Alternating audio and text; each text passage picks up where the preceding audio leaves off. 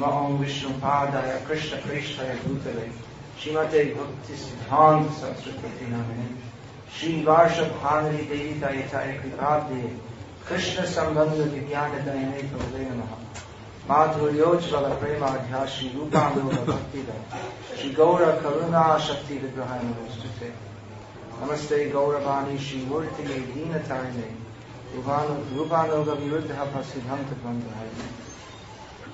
I'm continuing on the teaching of our most worshipable Paramaradhya Param Guru Dev Om Vishnupad Paramahamsa Parivrajaka Acharya Ashtotar Sri Srimad Srila Bhaktisiddhanta Sarasvati Goswami Maharaj Prabhupada, by whose mercy we are assembled here today, and by whose mercy received through Srila Prabhupada A.C. Bhaktivedanta Swami Prabhupada, we are able to engage in the 9 processes of devotional service and understand maybe just a little of his glories.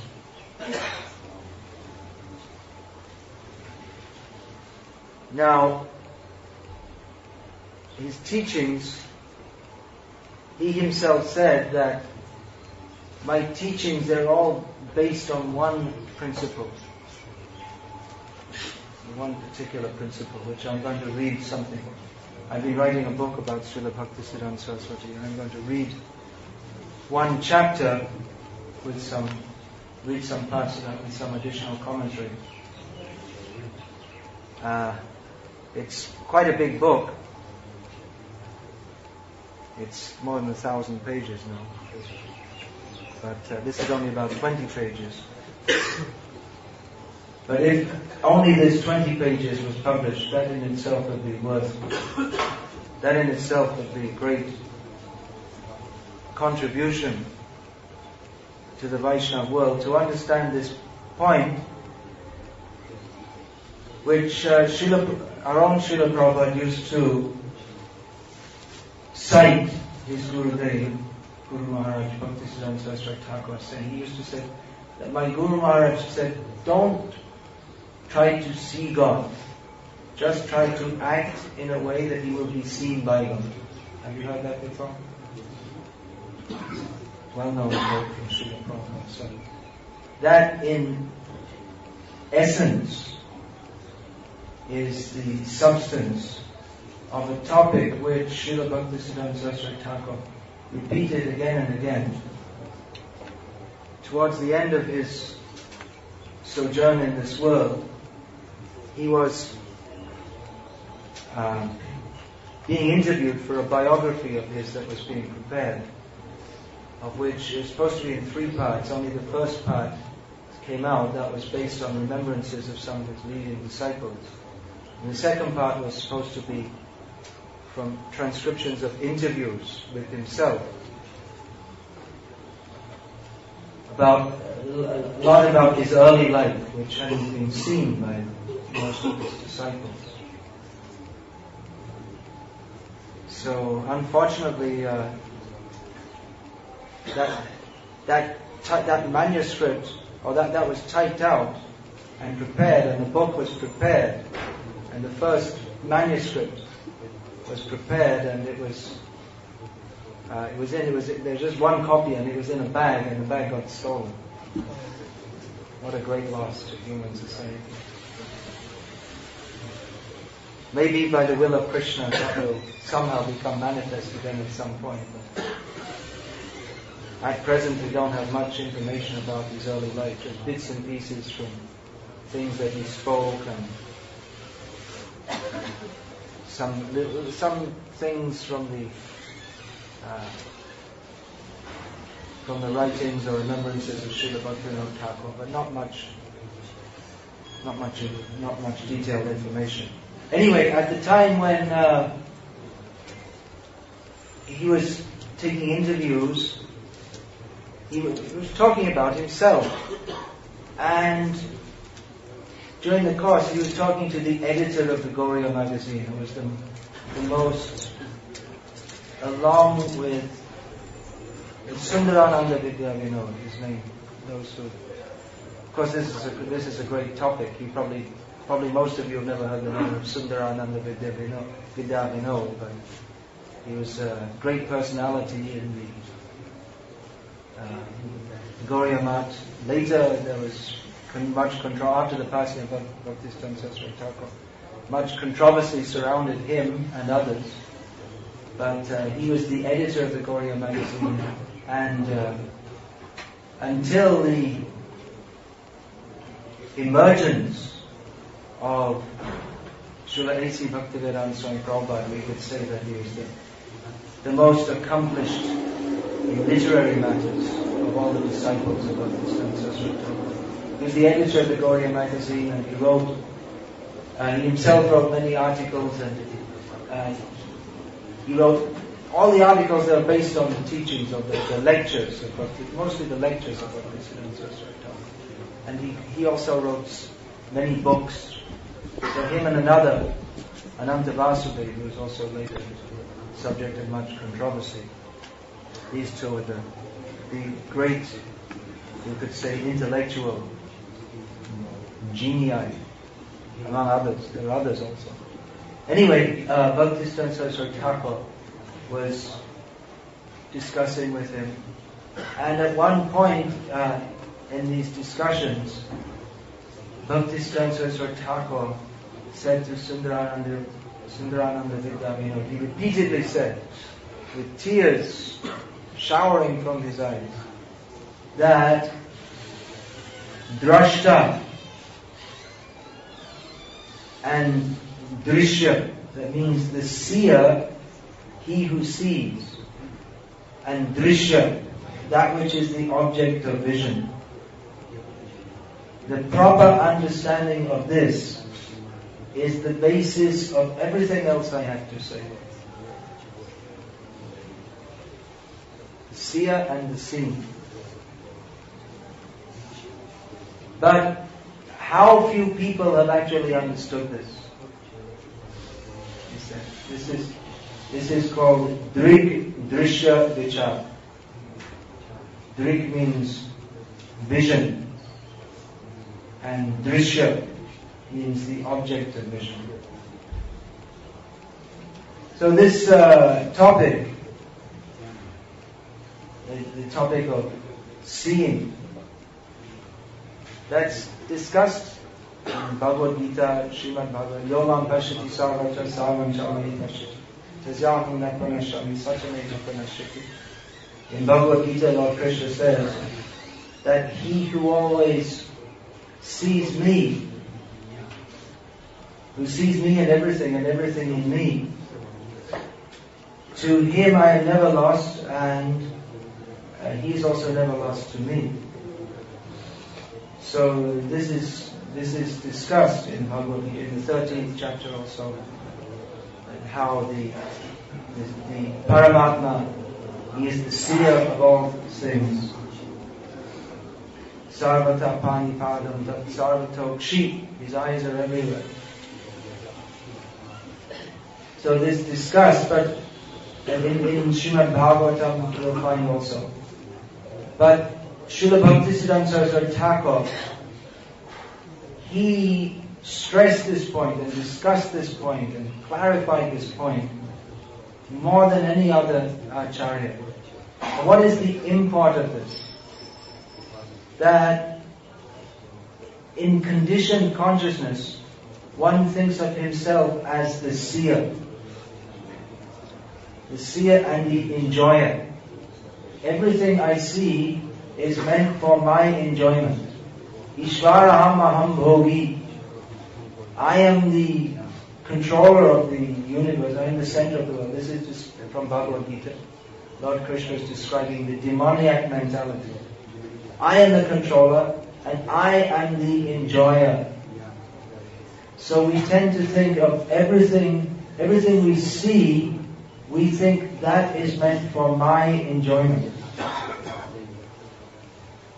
Now you may think that, well, if we're religious, then we also see God. But then we may also see God, that He is controlling all of this, but He should make it for my enjoyment. That God, His purpose is to satisfy my sense enjoyment. So, this is the vision of a bhogi. That everything I see here is for my enjoyment. So, drashta, the seer. Drishya, that is seen. I am not the seer. He should see me. Not that I will come here, Krishna, I'll see you. But rather we present ourselves to Him. So, drashta, drishya and darshan. Darshan means the act of seeing. So the worldly enjoyers, the karmis, they want to see everything for their own enjoyment. And then another category is the jnani or the tyagi. He wants to obliterate the distinction between drashta, drishya and darshan. There's no seer, the object, he who sees the object of vision, the act of seeing, there's no distinction. Nirvishesh, it's all the same. So these are all mistaken concepts. But proper vision means to see that Krishna is the supreme enjoyer. And everything within vision, everything is meant for Him to see and for Him to enjoy. Srila Sarasvati Thakura would explain this, that he who sees an object is called the seer, and the object which is seen by the observer is called the seen. The instrument of seeing is called sight. Often the mistake is made of calling the senses for seeing the seer. That which we can measure by any of our senses we also call a seeable object. Now this leads us into another point, that Bhaktisiddhanta Saraswati Thakura he always made this point: don't try to measure reality by your limited senses. This point of measuring, he would always use this word. Maap kar, measuring. Don't try to measure God.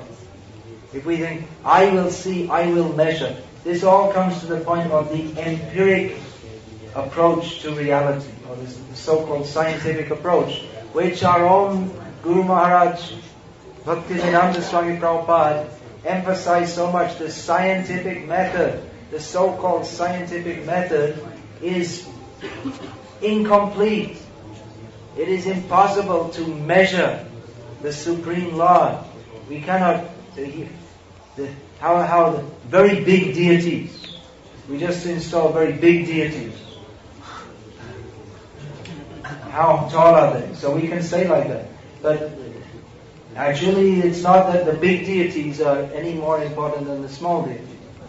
It's not that now the big deities are here and previously they're only the small deities, so the big deities are better. Now we have, how tall? I don't know. Does anyone know? 3 meters? 7 feet. 7 feet. Okay. That's about what? 2? 9 feet. Must be more. 9 feet. Yeah, it's about, anyway, 2.5, must be almost 3 meters. So we shouldn't think that 3 meter Chaitanya Mahaprabhu is more important than 30 centimeter Chaitanya Mahaprabhu. Now he's bigger, better. We've got the biggest God. The other temples have got smaller God. That proves we're better. This is, we cannot see.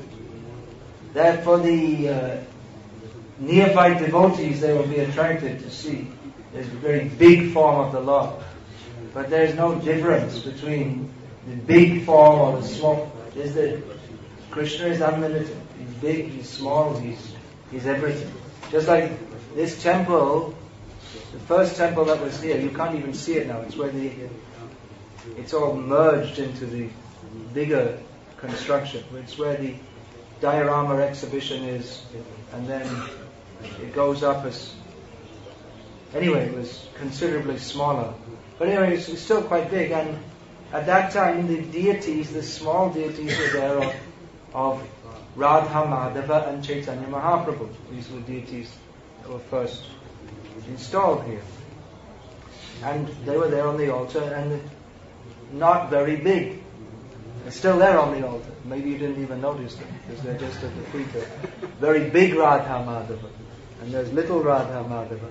And Prabhupada's Vyasa-san was at the back of the temple, which was considerable distance. So once the devotees asked Prabhupada, isn't it a long way? You can't see the deities properly. And Prabhupada said, there is no question of separation between me and Radha Madhava. It's not a question of big or small. The same thing Bhaktisiddhanta says for Thakura. That I'll relate that incident later. So this point of measuring, that we shall measure God by our empiric method, this Bhaktisiddhanta Saraswati Thakur, he was very much against this, the attempt of the empiricists to understand everything through their senses, because the very endeavor is preposterous. Achintya kalu ye bhavana tang tarkena yojya prakriteya paranyach tad achintyasya lakshanam. That which is transcendental to matter is by definition not measurable by any material method. It's beyond matter.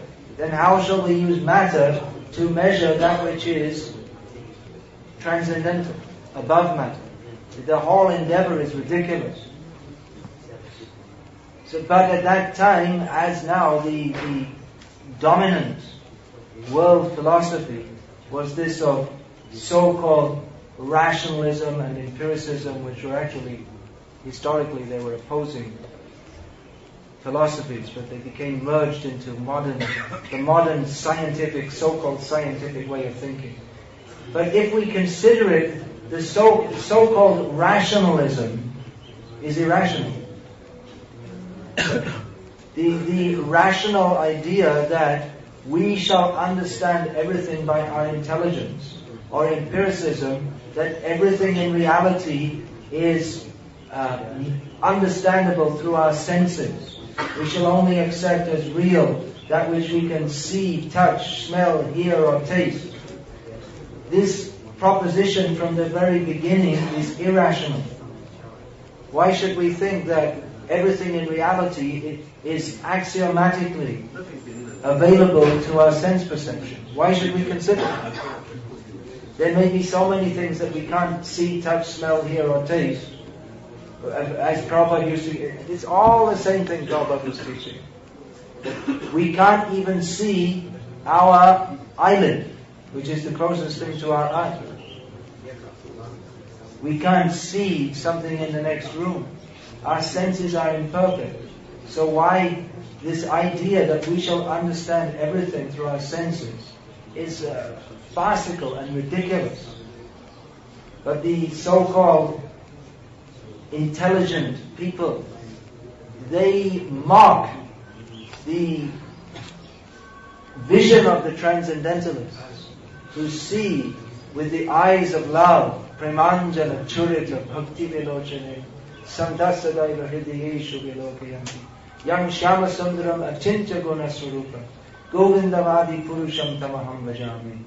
That which cannot be seen by measuring, but which can be seen by the eyes tinged with the salve of love, those without that vision, who are themselves most foolish, they amplify their foolishness by mocking those who have got the vision to see which they deny themselves the power of seeing.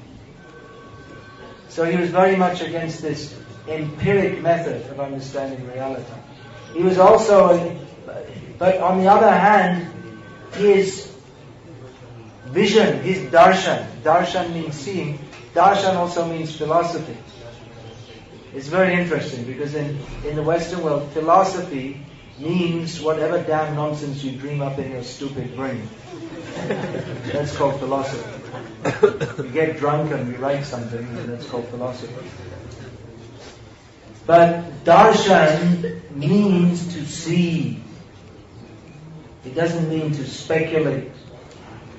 Darshan, one should speak who knows what is the truth. But what is that darshan? How should one see?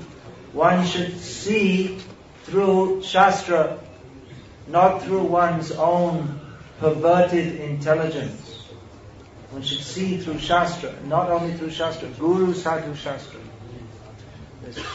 Srutekshana Patha, in Bhagavatam it is stated. One should follow the path of seeing by hearing.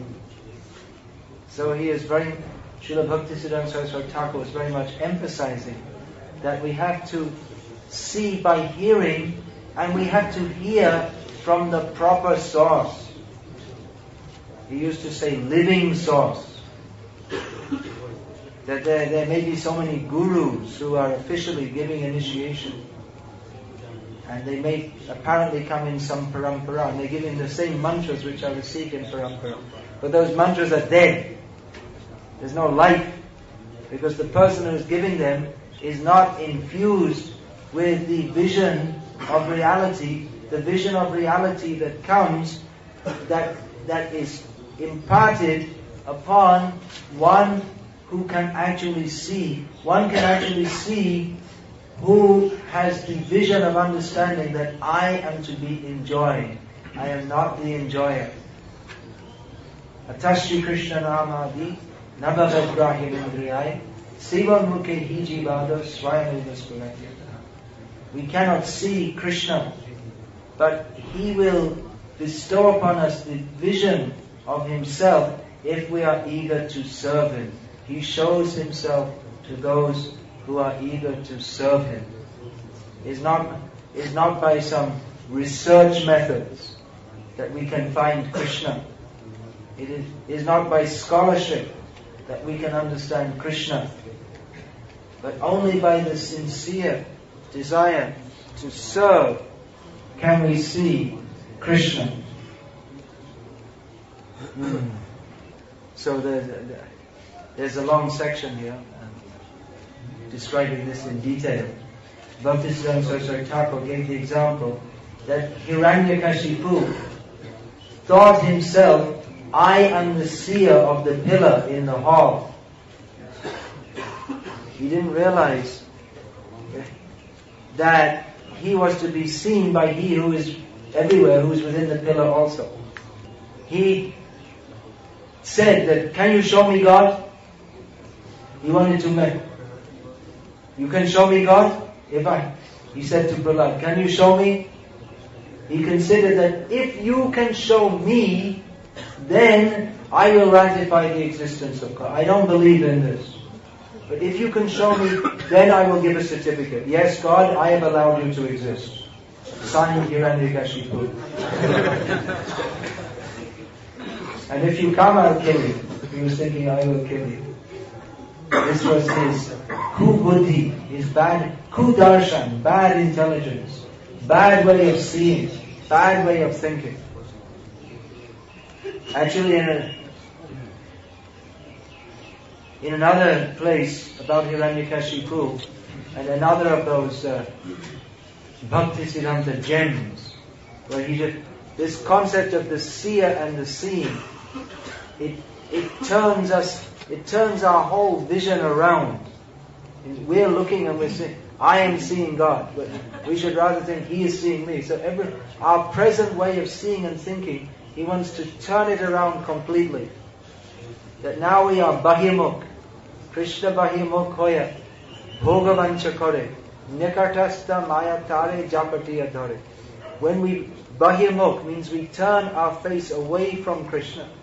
When we turn our face away from Krishna, then we desire sense enjoyment. Then we're seeing, looking away from Krishna. We don't see Krishna as the seer. We see myself instead of seeing him as the seer, and I am also an object of his vision, and everything else is an object of his vision, we turn away from Krishna, and we deny the existence of Krishna, and we see everything else in relationship to myself, that I am the seer, that everything is meant for my enjoyment. But as a result of this, we become taken up by Maya. Maya snatches us.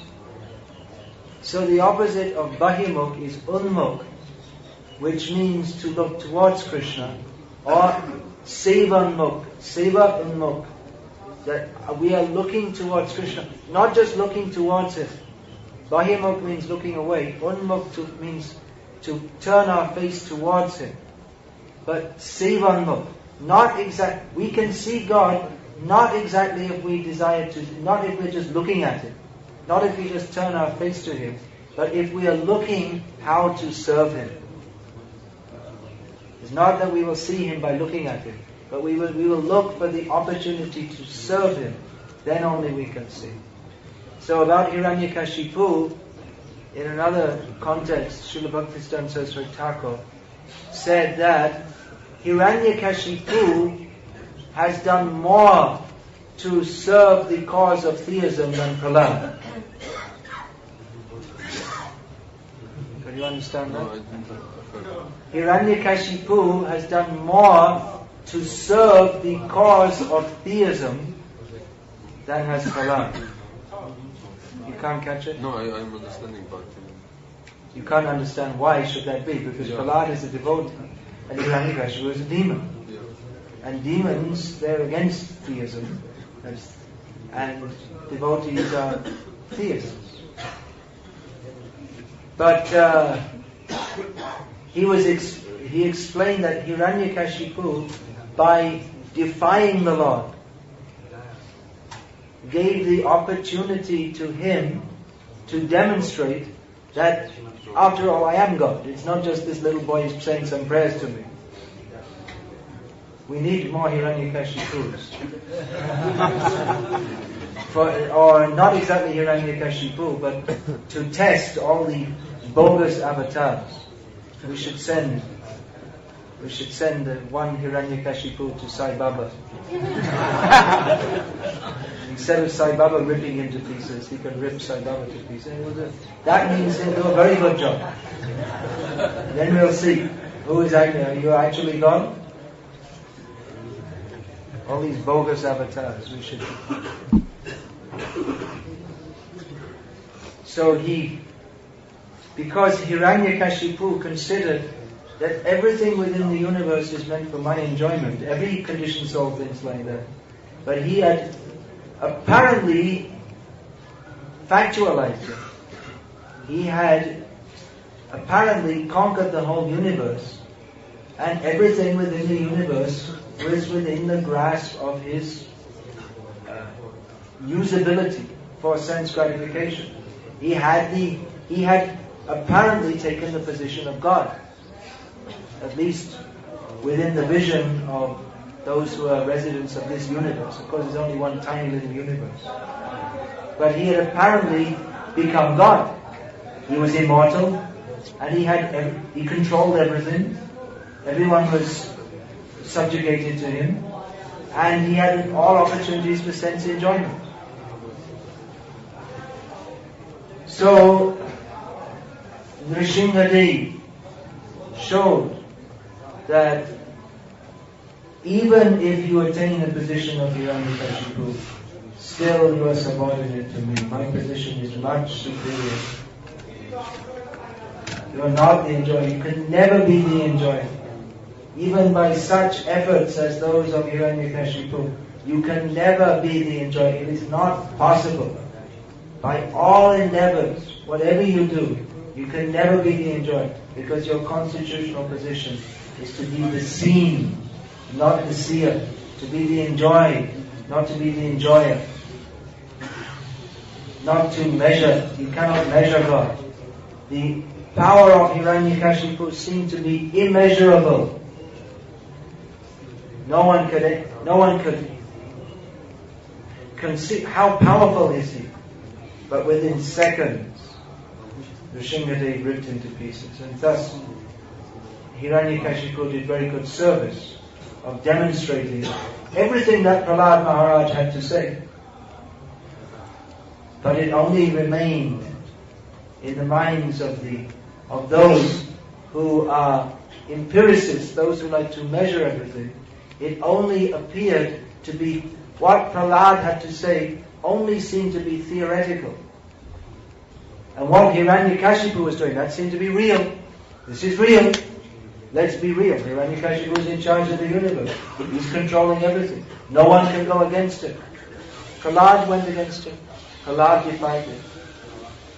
And that Prahlad was able to do so because he always saw Krishna. And Krishna manifested himself to show the residents of the universe that you're envious of God, you're envious of me, you're envious of Hiranyakashipu, you would like to be like him.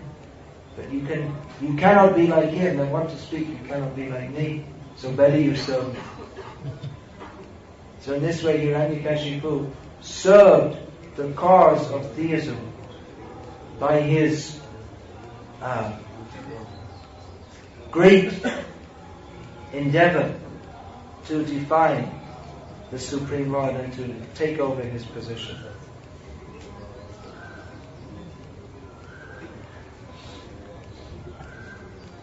So this topic of the seer and the seen was constantly repeating this. We are not the enjoyer. This the whole crux of Bhaktisiddhanta Saraswati Thakur's teachings. Get out this consciousness, I am the enjoyer. As much as we have this consciousness, that much we are polluted, that much we cannot serve Krishna. We cannot even chant the name of Krishna. If we have the Bhoga Buddhi, instead of Seva Buddhi, instead of the consciousness of serving, if we have the consciousness of enjoying, we cannot actually chant the name of Krishna. Our chanting will not be chanting. Our chanting will be chanting as much as we have this mood of service.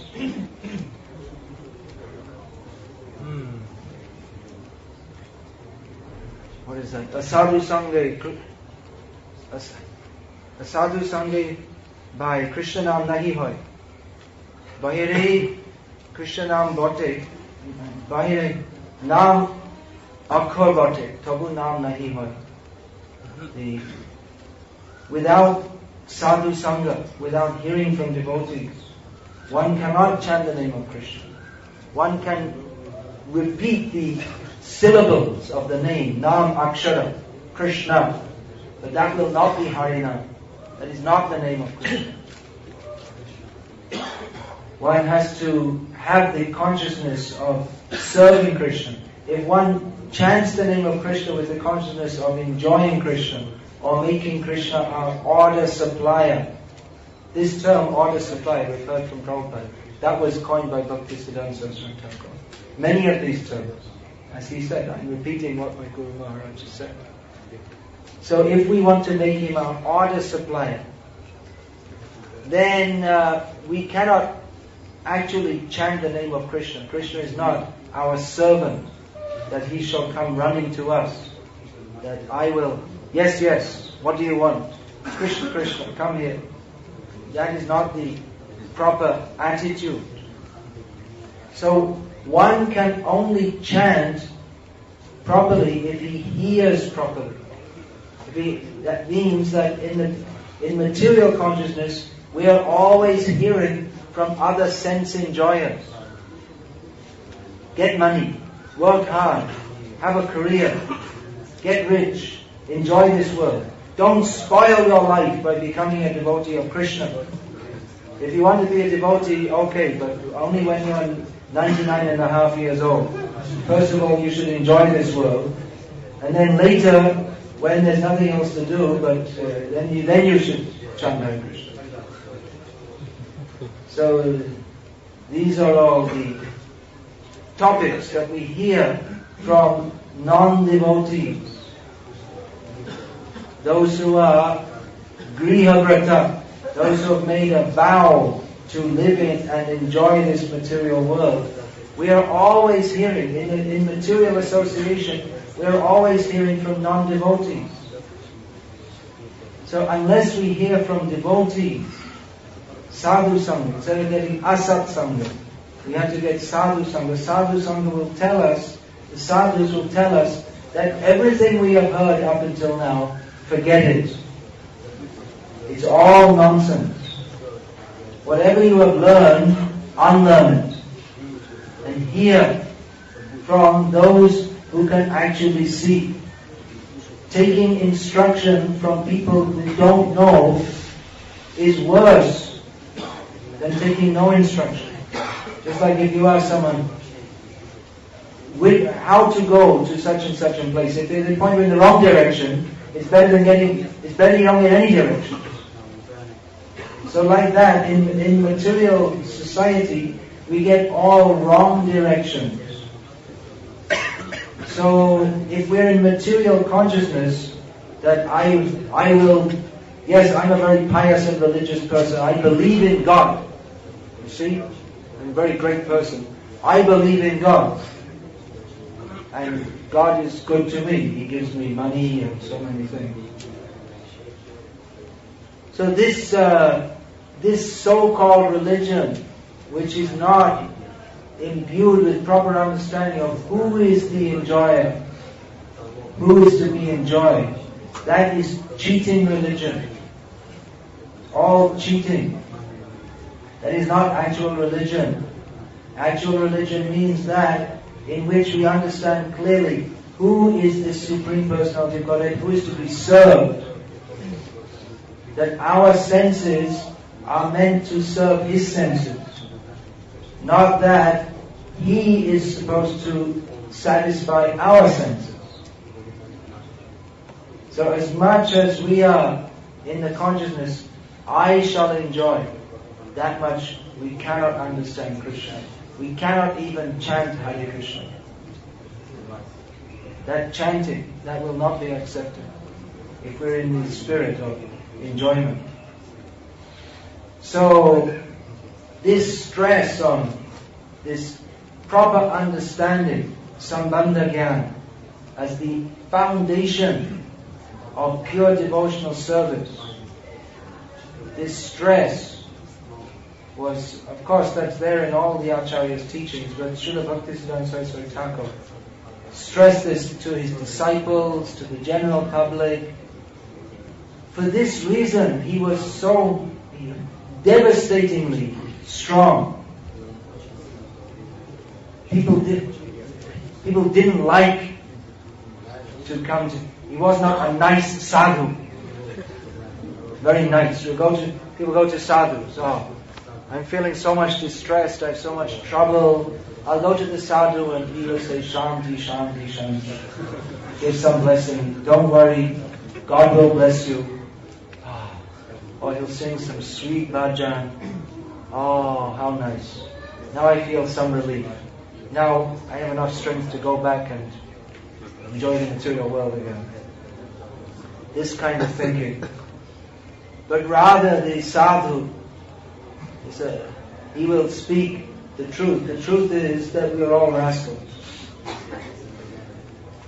That as much as we don't have the consciousness of serving Krishna, then we are simply acting contrary to our own self-interest. There can be no auspiciousness. There can be no welfare for any person who does not have the consciousness of surrendering to Krishna. And that surrender has to be with every atom of our consciousness. This is pure devotional service. This is what Bhaktisiddhanta Saraswati Thakura came to preach. It's a simple point. If we can grasp this point, we can immediately be fully Krishna conscious. Prabhupada used to say, we can be Krishna conscious in a second. Well, how is that? If we just simply understand this point and apply it in our lives, that we are not the enjoyers of the performance of devotional service either. It's also not meant for our enjoyment. I shall enjoy prasadam. We don't eat prasadam. It's called prasad seva. We don't, of course it's enjoyable, but that enjoyment should come from considering that how nicely the Lord has eaten. We don't enjoy, that was a really good kirtan, I really enjoyed it. Then that's material. But rather we should think, how is it enjoyable to Krishna? We are dancing for His pleasure, not for our pleasure, for His pleasure. So with that attitude, one can enter into pure devotional service. The problem is that since time immemorial, our consciousness is perverted. So it almost seems like trying to straighten out a dog's tail. You can pull it straight, then when you let it go, it immediately goes back up again. It's an impossible task to make a dog's tail straight. So it almost seems like that. But it is possible to do so. Therefore we have to undertake the process of devotional service under the guidance of those who are Sivanmukh, those who themselves are inclined to serve Krishna, to do everything for the service of Krishna, whose consciousness is not contaminated by the prospect of enjoying, even enjoying in devotional service. It may seem very difficult to get rid of this idea or concept that I shall enjoy. But it is possible by constant hearing. Therefore Bhaktisiddhanta Saraswati Thakura was constantly stressing this point. And he pointed out the defects, all the innumerable varieties of defects in so-called philosophies, in so-called religions, in so-called pious people. On this, the basis of every defect in this material world, the basis of every wrong philosophy, the basis of every wrong attitude, is the concept that I am a separate enjoyer from Krishna. Krishna is to be measured by me. Krishna is everything in the universe is to be measured by me.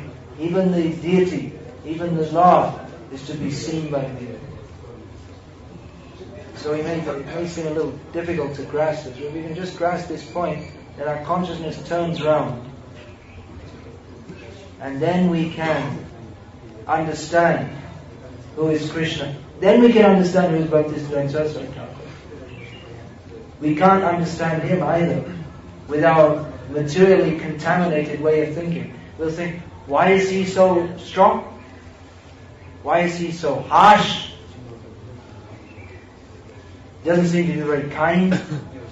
We should be very kind. We should be compassionate to others. Prabhupada in Rishikesh, August 1977, every evening he was holding darshan. Very strong. Rishikesh is one of the main centers of Mayapur in India. So people were coming, Prabhupada was cutting them very heavily. And the one lady protested that, well, you don't seem to be very compassionate.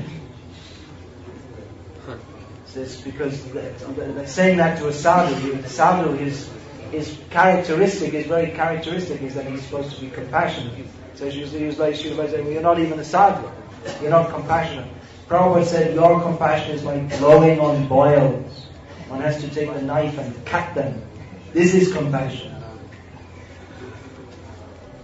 So this apparently harsh speech, that was all the work of a surgeon or a doctor to compassionately operate upon the diseased mentality of the conditioned souls, who even in the name of bhakti, that's why he was so much against these upasampradayas, because even in the name of bhakti, so much desire, so much mixed up desire for sense enjoyment, that I even that I shall live comfortably in devotional service.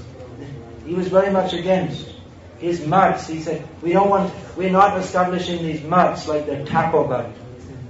In Bengal the word Thakura means like a temple. Generally there's a deity and do a little bhajan, do a little worship, sleep a bit, eat a bit, and life goes on like that. Peaceful life. But he said, our mats are not meant for this. They're meant for places where people hear and chant about Krishna and go out to preach. It's not meant for living like an old folks home, retired life, peaceful life. Not meant to be peaceful life. One of my disciples who was known for he was known to be very good behavior, very gentlemanly behavior. He left ISKCON, and we have information he became a Mayavadi sannyasi because he found that in ISKCON we cannot get any peace. It's not peace. So he went up to the Himalayas. Now he's got peace. He's become peaceful. He thought he joined ISKCON because he thought there's too much trouble in this material world. Let me join an ashram and I will become peaceful. So now he's peaceful. But he hasn't got Krishna. So his whole attitude was that I shall enjoy the peacefulness. You didn't know that, right? He became a Mayavadi. You know what I'm talking about. So his whole idea was that I am suffering in material life. So I shall come to Krishna and Krishna will make me peaceful. Now I've been in this movement for 5-6 years. There's no peace. It doesn't work. My senses were not satisfied. So I shall go and merge in the impersonal Brahman. And then I shall have peace. So this attitude was condemned. That even the slightest trace that we want to enjoy, I shall have comfort. Let me be peaceful. Let me be comfortable. Of course, maybe in the beginning stages, we make some arrangements, just like Prabhupada made. He wrote that we're building the Krishna Balaram temple in Vrindavan. We're making facilities because the Westerners are not used to discomfort. So let them live comfortably, and then they can come to Vrindavan and chant Hare Krishna. Of course, he didn't want it to be like super comfortable. But of course, the devotees there also, bhog is one symptom of disease, and the other symptom of disease is tyag. Renunciation is also another symptom of disease. This Bhaktisiddhanta Thakura explained that renunciate. If we think that I have tried to enjoy this material world, therefore now I shall renounce it. That is also a misconception. It's not ours to renounce. Rather, we shall live in this world and use everything in this world for Krishna's service.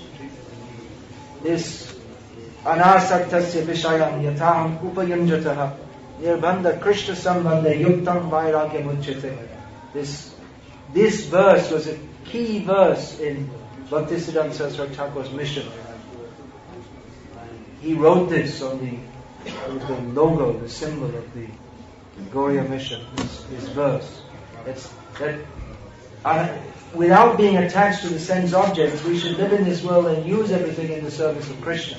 That means a devotee can live in comfort, not for his own sense gratification, but for serving Krishna. Sometimes this verse is misunderstood. I heard someone was saying that, well, yukta vairagya means that if you have a desire for sense enjoyment, you do it in Krishna's service. Just like if you want to eat something nice, you cook it and you offer it to Krishna and then you eat it. But that's a misunderstanding. It's anasaktasya vishaya. We should not be attached to sense enjoyment.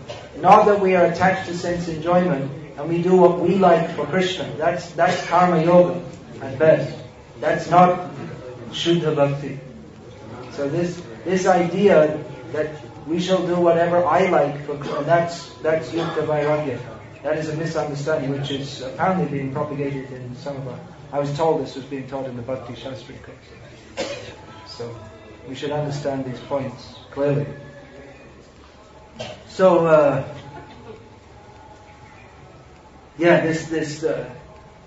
ultimately we have to be purged of all desires for sense enjoyment. That is possible by associating with the opposite of bhogamukhi, or desirous of sense enjoyment, is sevamukhi. We should become sevamukhi. That our desire should only be to serve Krishna.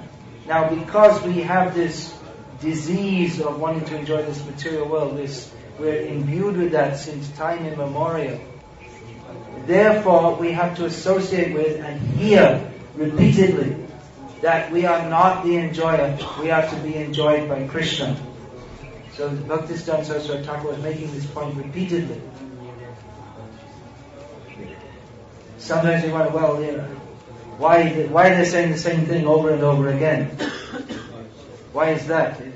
Because knowledge in Krishna consciousness, it is not some academic subject. You may think, I did my Bhakti Shastra exam, I know it all.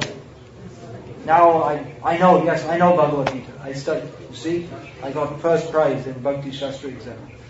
See, that shows I know Bhagavad Gita. But how we know Bhagavad Gita will be demonstrated in our lives, not simply we can put after our name Bhakti Shastri.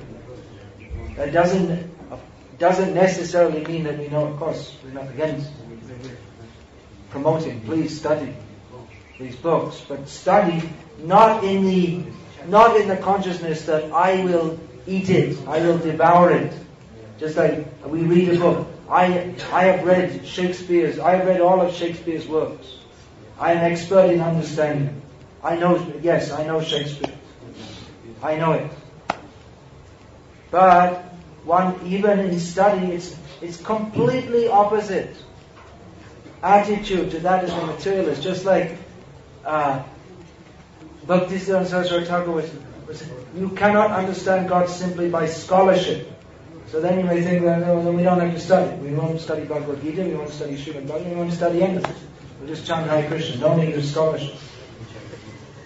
But he himself was supremely scholarly.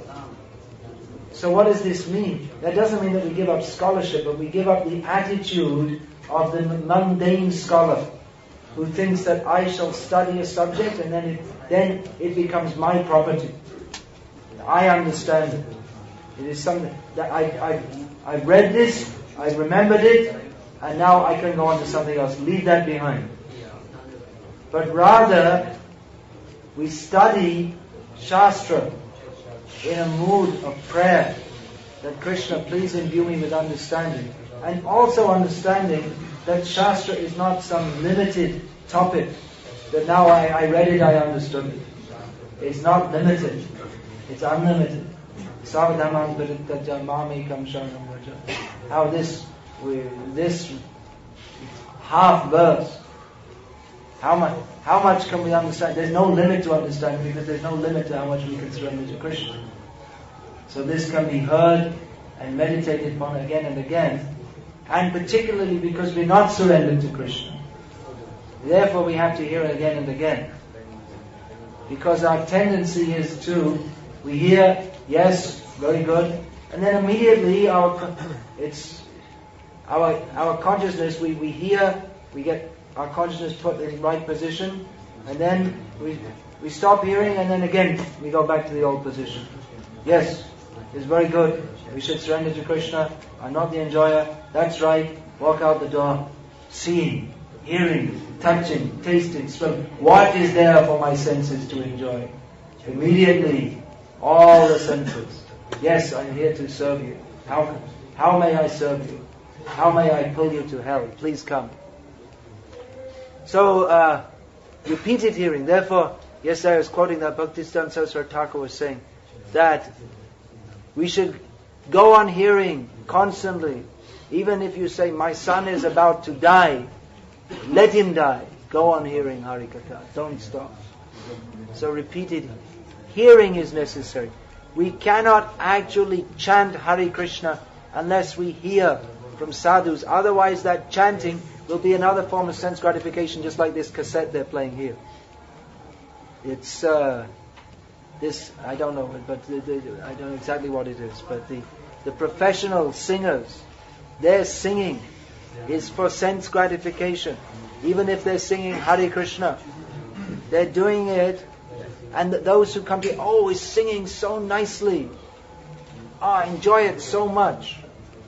One time, one of Bhaktisiddhanta Saraswati's disciples requested him that you please ask this Ananta, this one disciple, ask him to sing this song Yashomati Nandan. He sings it so nicely. So Bhaktisiddhanta Saraswati Thakur said, why you want to hear this song? Yashomati Nandana Brajabara Nagara. You want to hear about the enjoyer. Why don't you want to hear this song Gopinath Mama Nevedana Shuno Vishayi Durjana Shada Kamarata Kichuna Himoraguna. This kind of song we should desire. They're both written by Bhaktivinoda Thakur. This kind of song we should desire to hear. That I am a rascal. I'm full of material desires. I have no good qualities. This kind of song we should hear. Not that we want to hear, but I will hear about Krishna. It's all very enjoyable. And I shall hear this person sing because he sings so sweetly. He may sing sweetly, but that sweetness is meant for Krishna's enjoyment, not for our enjoyment. This is the common misconception. We find in India there are so many people who are devotees of Krishna at some level or other. But they're in the same mentality as the materialists. Only their materialistic way of thinking has become transferred to devotional service. That's why a neophyte devotee is called a prakrita bhakta. Means a devotee whose consciousness is material. Actually, a devotee cannot be a materialist. But one brings one's materialistic outlook to devotional service and thinks that bhakti is also something for me to enjoy. Just like someone may say, well, I went to Vrindavan. And then someone else will say, well, I went to Vrindavan. How was it? Oh, it was great. We really enjoyed it. Oh, really? Well, maybe I should go also. So, but just like a tourist, I went to Paris. I saw the Eiffel Tower. I went to Vrindavan. I saw Giriraj Govardhan. Oh, really? You see, here are the photos. Here are the photos of me in Paris at the Eiffel Tower. And here's the photos of me standing in front of Giriraj. Same attitude. Oh, there was just heard a great lecture. It was really great. I really enjoyed it. Really wonderful lecture. Oh, that was a really great kirtan. I really enjoyed it. But it's not meant for our enjoyment. If we're thinking, I will enjoy, we may superficially enjoy, but we will not be recognized by Krishna.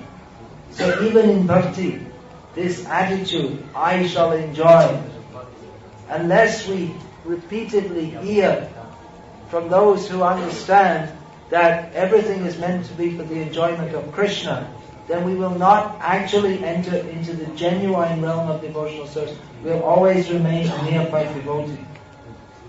That's, yesterday I was saying, there is no Bhakti Vinod without Bhaktisiddhanta. The pleasure of pure devotional service is only possible to attain if one is fixed in proper understanding. And what is the essence of that Bhaktisiddhanta, proper understanding? The essence is the same point, that I am here to serve, I am the enjoyed, I am not the enjoyer. Devotional service means to act for the pleasure of Krishna only. So this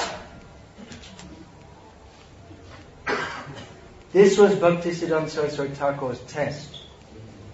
That how much someone may appear to be a devotee, but how much are they actually in the mood of service? Even we find in Chaitanya Charitamrita that bhakti, which is executed for the desire to attain liberation, even the liberation of going to the Vaikuntha planets, even that devotion which is with the mood of awe and reverence, overwhelmed by the mood of awe and reverence, that is called Vidya Bhakti, or crippled. In the Gauriya Vaishnava conception, which means the actual conception, then real bhakti begins when when one is no longer serves Krishna out of a sense of awe, but serves Him with pure love. But that is only possible to come to that position when we fully give ourselves to Krishna. We become His property. So this understanding, now it often seems to me that, at least in India, I'm not so much sure in the West, it may be in the West also, but in India, people, there's quite a lot of respect for ISKCON among many Indian people, because they know it's, they know that for various reasons. One reason may be that, well, we have these principles: no meat eating, no gambling, no intoxication, all these things, and we rise early in the morning, and like this. So it's pure. So people respect that. We have enough piety to respect that.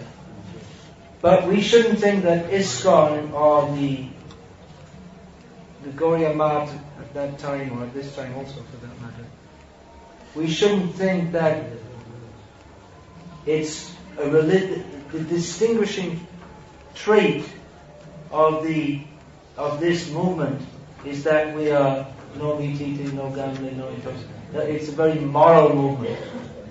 That we're doing bhakti and it's very moral and we try to keep things clean, supposed to, and like this. It's some high standards. That is not what differentiates ISKCON from any other organization. That is only a characteristic. That is only a symptom or a secondary characteristic. It is the result. It is the resultant characteristic of the intrinsic characteristic of this movement. It's not just that we've got some pretty good philosophy and some books and we're pious and we're moral, but rather the vision is supposed to be completely different from that of everything else in the world. You see the distinction? It's not that there are so many religious movements and this one is quite moral. And we have big temples. And foreigners join it. But the whole vision is different from that of everything else and everyone else in the world. The vision is that we are not here to enjoy. We are not enjoyers, and we are not enjoyers of the world, and we are not renouncers of the world. We are servants of the servants of the servants of the servants of the servants of the enjoyer. This is our position.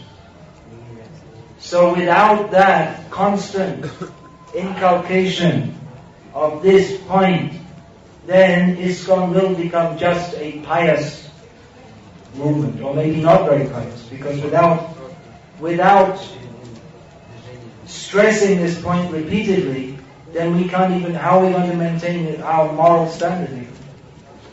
If we fail to keep very prominently the consciousness that I am not the enjoyer, then again the consciousness will become prominent that I am the enjoyer.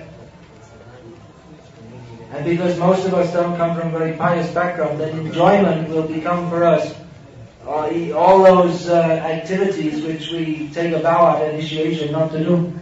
We're practically seeing that people take initiation and whatever they promise, they go back and do, because they've not maintained the consciousness that I am not the enjoyer. They think I am the enjoyer. If you're going to enjoy, well, why not do it properly? Why stop at coffee and tea? There's many other things better than that. So without this consciousness that I am not the enjoyer, I am to be enjoyed by Krishna, there is no actual bhakti. And then there's no actual meaning to all these buildings and everything else. Because all these buildings, that is meant, all these temples, they are meant to make an attraction for the general public who are very foolish and think, I want something for me to enjoy. Therefore they are coming to Mayapur. Mayapur was here previously. Who was coming? When there was an empty field, who was going to come? Why do they come to an empty field? Even Prabhupada's disciples thought that. What are we going to do in this empty field? Not understand that this is transcendental land.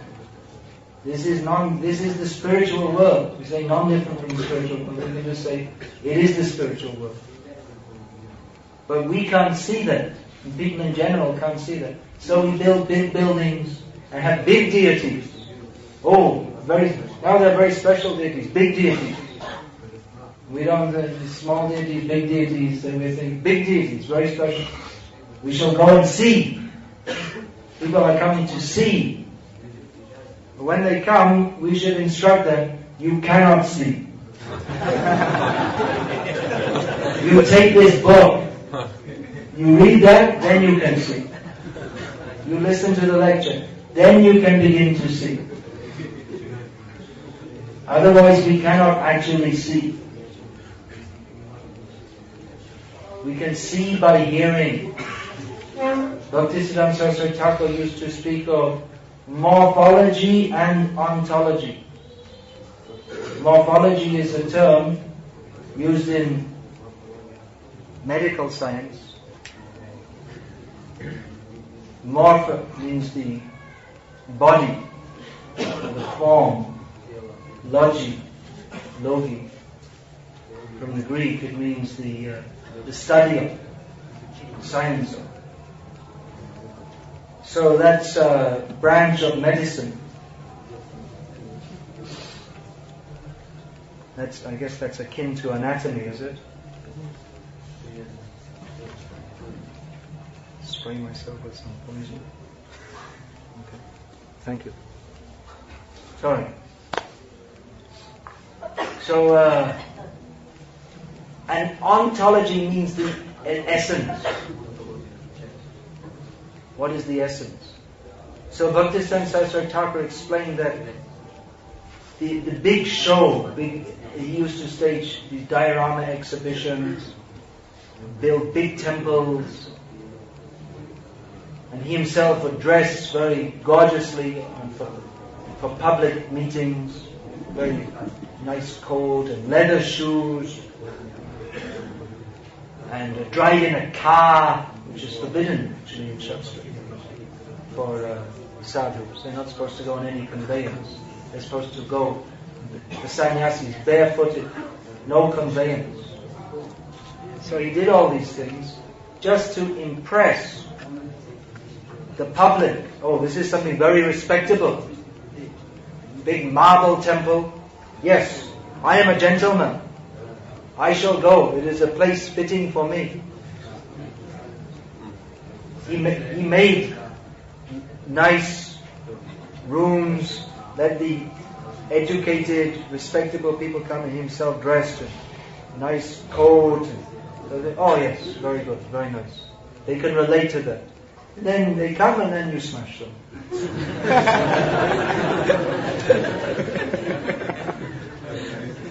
The point, all is an attraction. Let them come and see.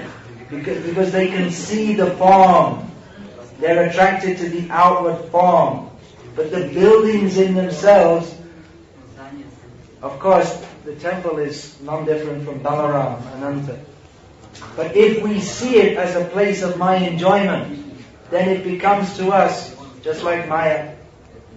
Actually, everything is spiritual. Like the whole material cosmos is manifested from the Supreme Personality of God. It is in one sense non-different from it. But our vision of it as a place of our enjoyment converts it to material. So he made all these big buildings, big projects, just to the whole point that people should come and hear, so they can understand what is the ontology, what is the essence. So morphology without ontology has no meaning. He used to say, I have not come to this world to be a mason. I am not the servant of a contractor, building contractor. The building contractors may say, we like Bhaktisiddhanta Saraswati so much. He's a very good starter. He gave us so much business. We appreciate it. Very good. Just like I was seeing in the paper, there was Ambarish Prabhu was speaking with some big shot in the West Bengal government and saying that we're going to develop this Mayapur project. It will create employment in the area. And that is not the aim of doing the project. But from their vision, they're saying, what good will it do to the people? It will create employment. Okay, very good. Sign. If we tell them that we will get them free from birth and death, so they'll never come back and never vote for the Communist Party ever again. And they won't sign it. In their vision, they want something that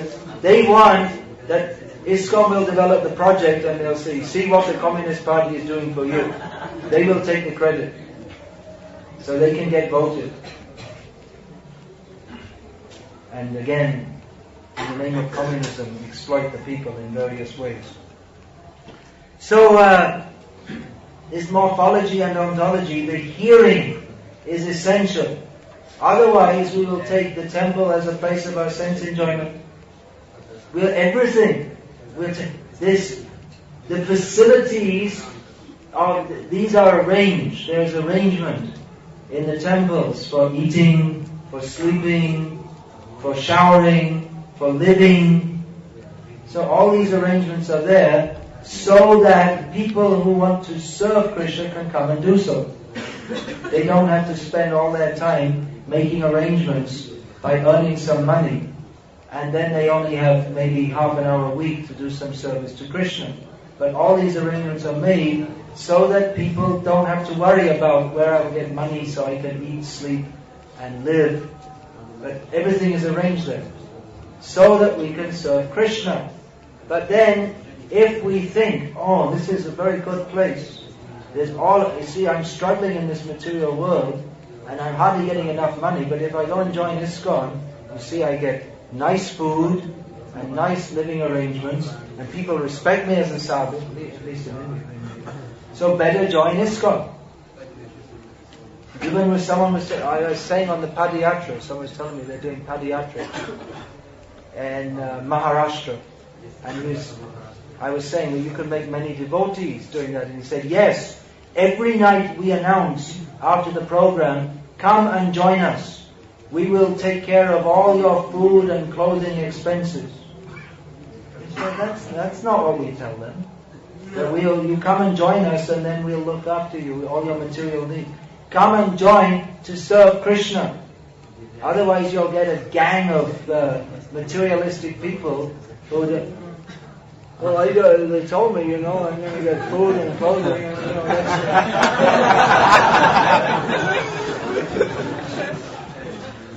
That's not what the facilities are there so we can serve Krishna. But if we think, I have the right, this is my room, no one else should come in, this is my prasadam. Sometimes we talk, you see, there's the foreigners prasadam, and the guests prasadam, the Indian devotees prasadam, it's all Krishna prasadam. It's not my prasadam or this prasadam. It's all Krishna's mercy. So this is another important point. There's so many things. He's stressed on what words we should use, how we should speak, what we should say. Very important, so many things. How we should speak. Just like we don't say, sometimes just say to us, when did your Guru die? What a rascal thing to say. Guru never died. Or our Guru is very sick. The Guru is never sick. So we say he has disappeared from our vision. We don't say died. Or he's exhibiting the pastime of sickness. He's apparently sick. If we think sick, that means he's suffering from the modes of material nature. Then that's Guru Martya Buddhi. We're thinking of as an ordinary person. And that means our whole vision is material. We're not seeing him as transcendental person. We're seeing as a materialistic person. That means we can never see. That's like yesterday I was saying. Bhaktisiddhanta Saraswati Thakura was saying that you never saw Bhakti Vinod. I saw him so many times. I know his sons. Bhakti Vinod Thakur didn't have any sons. Bhaktisiddhanta Saraswati Thakur said. But he did have sons.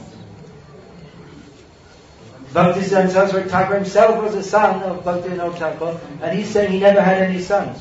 But he himself would never say, I am the son of Bhakti Vinod Thakur. He never used to say, my father. He saw him as Guru.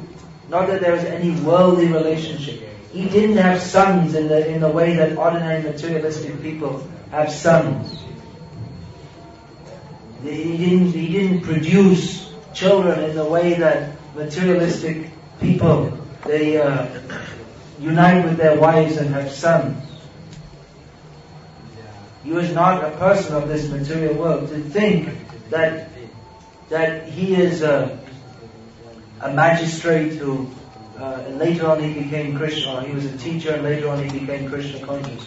This way of thinking is wrong vision. We're thinking of him as one of us. We're seeing from our perspective. So Krishna consciousness means to see from the perspective of the Supreme Personality of Godhead. So this concept Bhaktisiddhanta Saraswati Thakur repeatedly stressed. This word adhoksaja. You've all heard this word adhoksaja.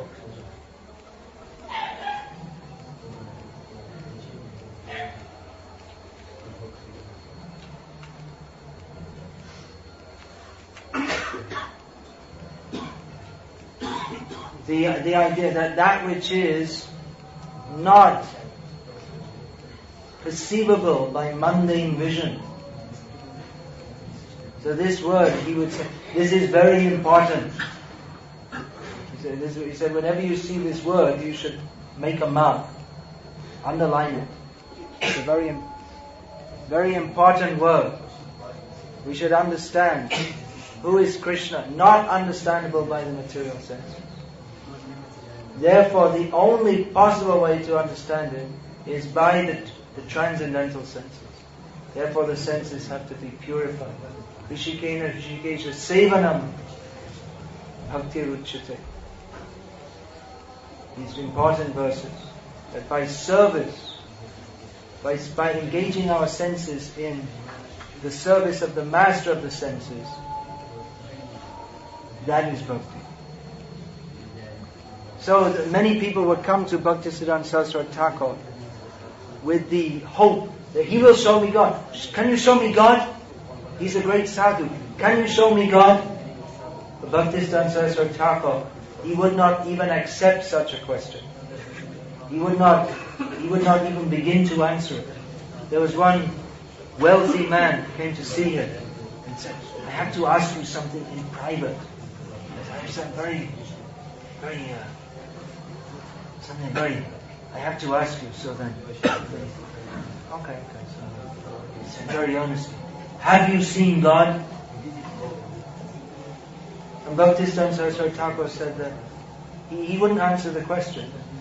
He said, there's no point to answer this question to you. You don't understand who is God, nor what it means to see God. So whether I say yes or no, either way, the answer to you is meaningless. You should understand what it means to see God. What is the process to see God? Then only this question, and actually you won't even ask this question.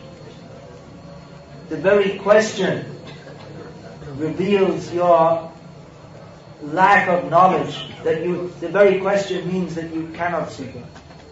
So he was insisting. You tell, have you seen God? Have you seen? He wouldn't even answer the question. You hear. Bhaktisiddhanta Saraswati Thakur repeatedly stressed it. You have to hear what it means to understand God, what it means to serve God. Otherwise, there's no point. There's no point in me saying either yes or no. To you, the answer either way is meaningless. You have no understanding of what you're saying. That was one example. Yeah, I was saying about seeing the deity, how Prabhupada said there's no difference, there's no separation between me and Krishna. So similarly, Bhaktisiddhanta Saraswati Thakur, he was standing in front of the temple here, Sri Chaitanya Math, the Gandharvika Giridhari, taking darshan of them. So he was standing at some distance, and one disciple suggested that he should bring the glasses for Bhaktisiddhanta Saraswati Thakur, so he could see more clearly. So Bhaktisiddhanta Saraswati Thakur said that we should not think of the Supreme Lord as the object of our vision. Instead, we should meditate on the thought of how we can acquire some qualifications so we can become worthy objects of His vision. We should think about whether He wants to see us and whether He will want to reveal Himself to us, not how I shall see God.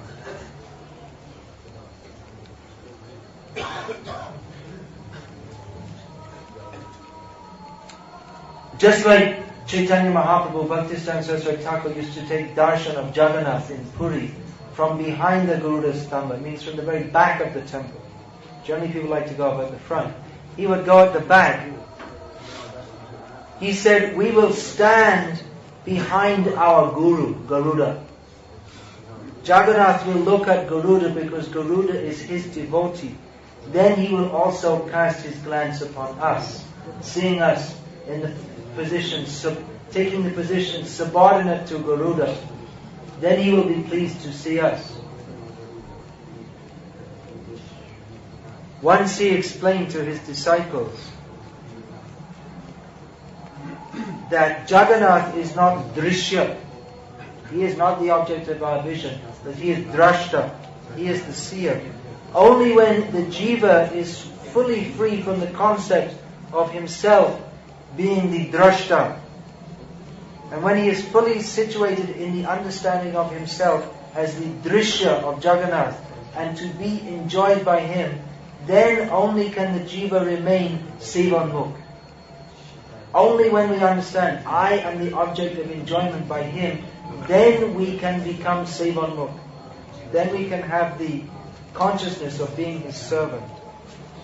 And then with eyes of love it's not some just word. People say love, we should love each other.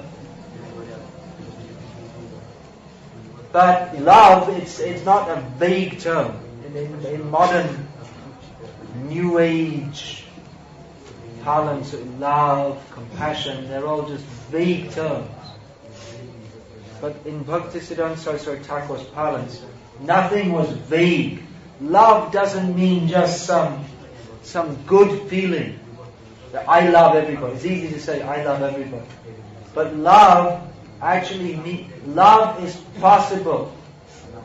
It's only possible when we have the consciousness that I am the servant of Krishna. That is the basis of love. There's no question of loving all living beings unless we love Krishna, because our whole attitude towards other living beings, we may say I love them, but actually as long as we're not in the consciousness of serving Krishna, then we're in the consciousness of enjoying. So our so-called love for all the living beings will also become, it will become our so-called love will become another facet of our desire to enjoy this material world. That's why this mundane welfare world, it's just another feature of forgetfulness of Krishna. It's just another feature of envy of Krishna, that we want to demonstrate to others how I am the provider, I am the dispenser of benedictions, I am helping others, I am in the position of God. So it's just another manifestation of envy of Krishna. People think, oh, it's very good, helping others, feeding others. And materialistic people, they like it, so we should do good for others. Many times people say, why aren't you opening hospitals? Why aren't you distributing food to the poor? Then we hear it so many times, think, oh, we should open a hospital, we should distribute food to the poor. Because we're hearing from the non-devotees who are envious of Krishna. And then they say, oh, ISKCON, they've opened a hospital, they're distributing food to the poor. Now they're very good. Now they have our certificate of approval. This is what happens when we hear from non-devotees. Rather, we should hear from sadhus who tell us that opening millions of hospitals and distributing unlimited amounts of food to the poor is not equal to the neophyte devotees ringing the bell in the temple once. Bhaktisiddhanta Thakura said this. The neophyte devotee, even he who doesn't have proper understanding of Krishna, is ringing the bell in the temple once is more valuable than opening millions of hospitals. If we hear from he who has proper vision, we will understand these things. If we hear from non-devotees, but why aren't you helping the poor? Why aren't you opening hospitals? Why aren't you opening schools? You see, this is real sadhu. People think a real sadhu, he collects money from the public and he opens a computer institute. This is really spiritual. Yes, we shall give good donations. But then we become a servant of the envious consciousness of the non-devotees, rather than the servant of Krishna. Bhaktisiddhanta Sarasvati showed that how to be a servant of Krishna, one automatically becomes an enemy of everyone else in the world. Actually, he's their best friend, but they perceive him as the enemy, because their motive is to enjoy this material world, and his motive is to stop all this enjoyment, this so-called enjoyment, to stop all this, even the so-called love and peace and harmony. It's all envious of Krishna, all enviousness. But people couldn't understand, why is he speaking so strongly against even sadhus? They're good people.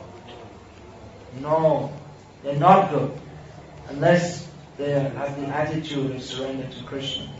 So this was Bhaktisiddhanta Saraswati Thakur's war on everything which was less than full surrender to Krishna. Any consciousness which was amalgamated with, or of the attitude that we shall enjoy this material world. That means I shall not surrender to Krishna. I shall not place myself as the servant of Krishna. I am not for Krishna's enjoyment. I am not to be seen by Krishna. I will see Krishna. So, actually I thought this chapter I was going to finish it. I was wondering how I thought I'd have too much time. I thought it would not fit. So I thought I'd have extra time. I was wondering how I was going to what else I was going to say, but I'd hardly started the chapter. So there you go. Alright, I'll just tell one or two stories so you can enjoy. Then you'll say, it was a very good seminar. It was nectar. We enjoyed it very much. Okay. Alright, I'll tell one or two. When Hayagriva Brahmachari returned to Mayapur. After being away, he went with his cousin. His Gurudev asked him where they had been. To Katwa, he said, to have darshan of Mahaprabhu there. Katwa is the place where Chaitanya Mahaprabhu took sannyas, the famous deity of Chaitanya Mahaprabhu was there. So, Saraswati Thakura asked, so, did you see Mahaprabhu? He said, we went to Katwa to see Mahaprabhu. So, did you see him? Yeah. We saw him.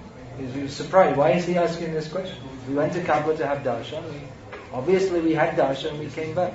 So, did you see him? Yes. But then Hayagriva Brahmachari realized what is Bhaktisiddhanta Saraswati Thakur's insinuation. That simply an impression on the retina does not constitute darshan. That is not seeing. To actually see him, one must serve the Guru and be awarded divine vision. A man once told Prabhupada Saraswati Thakur, I saw Krishna. I was sitting on the side of the river when I saw him. Saraswati Thakur asked, did you not also see Maya? If you are still seeing Maya, it means you didn't see Krishna. Maybe you saw a ghost. The test of seeing Krishna is to be no longer interested in Maya. Anyone can say, I have seen Krishna.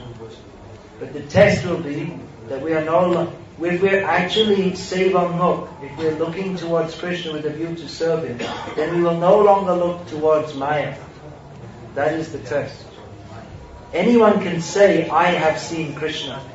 But Rupa Goswami says, Smeram Bangi Traya Parichitam Sachi Vistyana Drishtim Vangshinyastadhara Kishalayam Ujvalam Chandrakena Govindakyam Haritanam Itat Keshiteto Bakante Ma Prekshitas Tavayadisake Bandhu Sange Stirangaha. My dear friend, if you are indeed attached to your worldly friends, do not look at the smiling face of Lord Govinda as he stands on the bank of the Yamuna at Keshigat. Casting sidelong glances, he places his flute to his lips, which seem like newly blossomed twigs. His transcendental body, bending in three places, appears very bright in the moonlight. So if you have actually seen Krishna, then you won't again look to Maya. If we are still attached to Maya, we could not have seen Govinda, because if we really saw Govinda, we could no longer remain attached to Maya. That's why he would also say that going to Vrindavan, or someone said, I'm going to Vrindavan. Who's going to Vrindavan from here? You all have your tickets? Do you have your tickets to go? You must be, I don't have a ticket yet. So he would say, don't go to Vrindavan making a return ticket. I have my ticket to Vrindavan, and from there I'm going here, there and everyone else. And go means don't come back. That's real going to Vrindavan. He also explained that who is the actual Vrajavasi is not necessarily someone who lives in Vrindavan. He gave the example, so many devotees, Bhaktivinoda Thakur never lived in Vrindavan, Narottam Das Thakur never lived in Vrindavan, but they always lived in Vrindavan. Whereas someone who is saying, I lived in Vrindavan, maybe they never lived in Vrindavan at all. It's a matter of consciousness. So there's much more to say about this, but the basic point is that who is the seer and who is the seen? Who is the enjoyer and who is the enjoyer? So there are various permutations of this point. Hare Krishna.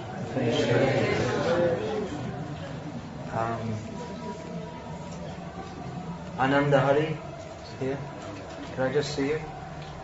Does anyone know by chance any devotees from Guyana?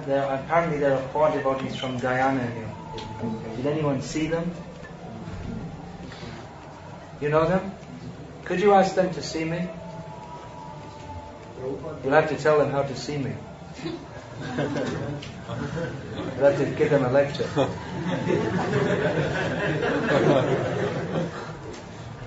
I'm in room 627 in Vamshi Bhavan. Please ask them to see me.